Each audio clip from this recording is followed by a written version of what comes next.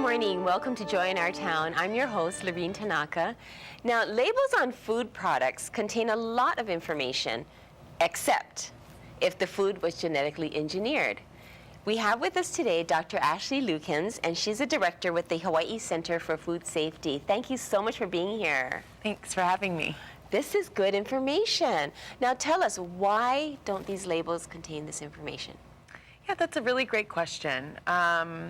We've done a lot of surveying, the Center for Food Safety has. We have over 500,000 members across the U.S. And we've done broad national surveys, and it shows that 90% of people in the U.S. want They do want to the see label on their food, and yet it's not on. So what's happening? Vermont was actually the first state to just pass mandatory labeling for all foods consumed within the state of Vermont. So every product in the supermarket? Yeah, following Connecticut and Maine, who have triggered GE labeling bills. But other states have failed to be able to get labeling. And why is that? Why? They've often failed 51 to 49%, so really close. And a lot of people say it's the amount of money that the food industry has put into fighting these labeling bills. So maybe we don't have access to the information because sort of larger industry interests don't want folks to know if their food But is the money they spent fighting it, they could have spent labeling. Yeah, I agree. Yeah, I mean, we're at an interesting historical time right now where I think people across the U.S. are saying, you know, I want to know more about my food. I think we went through a good 2 decades of people knowing less and less about their food, but we're seeing a great returning to the garden, to the farm, to the kitchen. Organic. Yeah, and so we want to know what's in our food, and 63 other countries label if foods have been genetically engineered, so why can't we? So then what it leads us to believe, what are they hiding? Yeah, I think a lot of people just want the right to know. They feel like the industry says that the foods are safe. They're substantially equivalent, if you will, to their non-genetically engineered counterparts. And so if they're substantially the same, then label them. it. Say that. Yeah. Put it on Here there. in Hawaii, we've had a lot of trouble getting a GE labeling bill passed because I think people are worried about implementation. What is it going to look like when a state starts to require the labeling of a process? But luckily we have Vermont to work out all those details. And so now we're using the terminology GE for genetically engineered. What is GMO?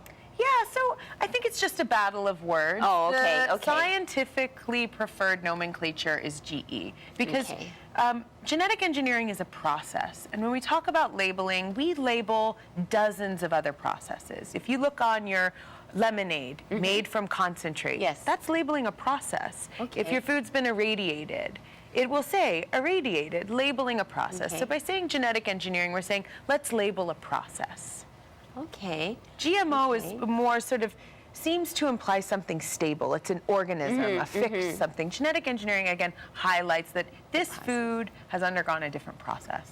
So how close are we to getting something like that passed? Labeling, I feel really confident about it. I think here in Hawaii, we have the great task of bringing together diverse stakeholders and really helping us reach a middle ground about what labeling would look like for a small island in the middle of the Pacific. How can we implement that? And I think people have concerns that, you know, should we label here? Will that have any impact on the supply of food into Hawaii?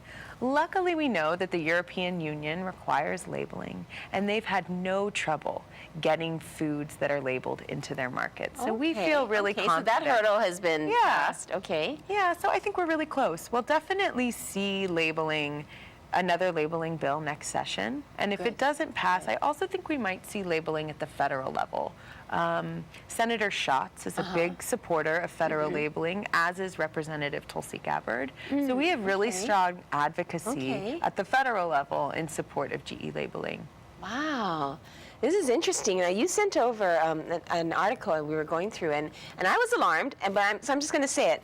It said 88% of U.S. corn is GE.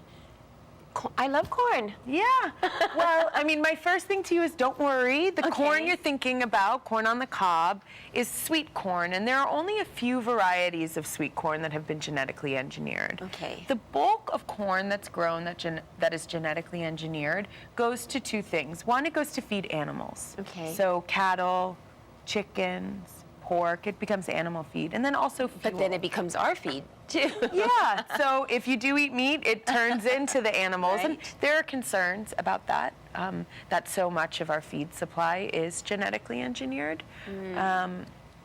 But for right now, it's mostly feed and fuel, and then also food additives. A lot of the preservatives and sweeteners that go into common processed foods contain genetically engineered ingredients. So if you look at your soda and you see high fructose corn syrup, that corn was likely to be genetically engineered.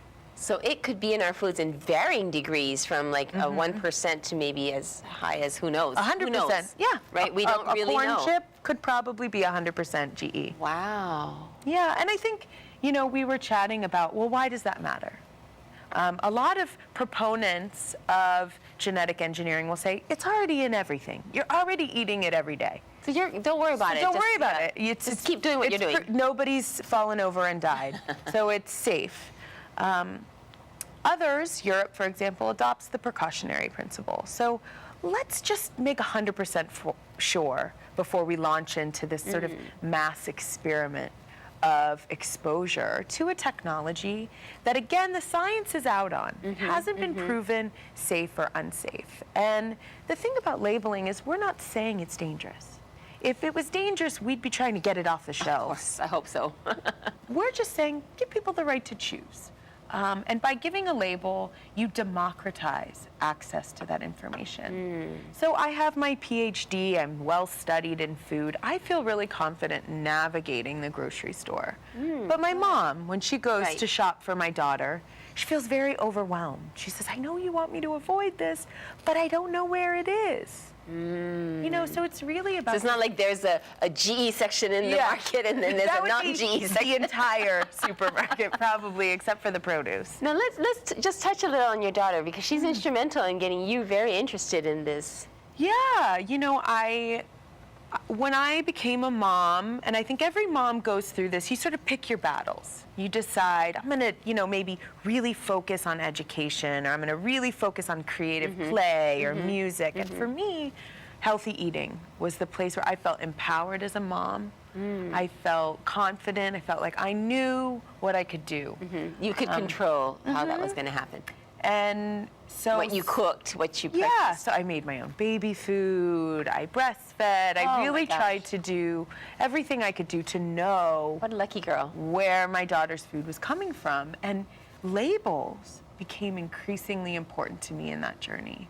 And frustrating as well. Yeah, I think it became frustrating for me just because as soon as I wanted a label, I was faced with this backlash that I was anti-science, that I was anti-technology, and I just said, no, I just want... But we are in a world of information right now. We're in a world of everybody wants information and can get it anywhere, you think, except on our food labels, unless we were in Europe or half of the rest of the world.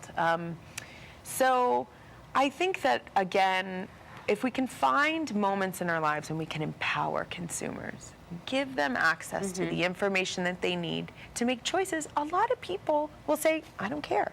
So with so much of the public, and we've been hearing so much of it in the news, so much of the public wanting this on the label, it doesn't make sense why. You said because of the cost to the manufacturers. What cost? That they would have to come up with new labels? I don't actually think cost is a factor. Okay. I think that, for example, First Lady Michelle Obama just required all the nutrition fact labeling to be changed. And so you're going to see a big, clearer picture of what's in your food. So we're okay with changing labels all the time. So what's the big obstacle? I don't know. I think there's been a lot of industry pushback, and I think people want to know why. And I don't have that answer. I'm not a representative. I wonder if it's just maybe being adverse to change. I mean, a lot of people are just adverse to change. I do know, though, that if you told me I know something, but I'm not going to tell you. Right. I would want to know more. I want to know, exactly. It's like, okay, Ashley, that's okay. You don't have to tell me. I'll go find out someplace else. So when the food industry, when the seed industry puts money into saying no to labeling, I think it just galvanizes Fuel the fire to want to more know. people to want to know. And it makes the debate more confusing because a lot of folks wouldn't necessarily have a problem eating GE foods. They just don't like being told they don't get to know when they're doing it. Exactly, exactly. So are there, when foods are GE'd or genetically engineered, what are there risks to humans? I think the science is out on that. And I think the fight for labeling is not a fight about whether GE foods are dangerous. And that's a really important, what I call consensus building moment. Because we, at the Center for Food Safety, aren't necessarily pushing that these foods are dangerous. Okay, that's an important point. We're Very pushing that people should have access to this information, particularly here in Hawaii, where we have a much deeper relationship with some of the companies that are involved in genetic engineering. And so it's really important to us that this is just about access to information. Some of these companies that are genetically engineering food, they take out food patents to protect that particular process, if you will, or a product. So if they're taking out patents and they know this, I guess it seems like to me just the next step, just put it on the label. Yeah. Right? I mean, you're already doing it. You have this you're already doing the paperwork. Paradoxical moment where they say the food is substantially equivalent, Yes. so they don't have to label it. Yes. But at the same time, it's significantly different to allow for a patent. Exactly. So again, there's a point of confusion, and I think the best way to clear up that confusion is to label. Now, studies show that a lot of Americans aren't interested in eating GE foods. So some of us wonder, is that why they don't want to label? Because they know that they'll lose their market. But again, Vermont has passed a labeling bill, and I think we're going to have the opportunity to really see the ripple effects across the marketplace. Oh, good, good. So what each person should do, or each family, or each mom, or each father, what they should do is just educate themselves on this, really look at it, and try to see where they want to stand or where they are on this. I think right now we have two steps.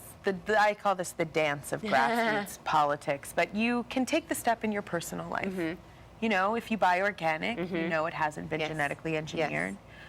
If you get to know your farmers, shop at local farmers markets, you can find out, do you grow any genetically Straight engineered? from the source.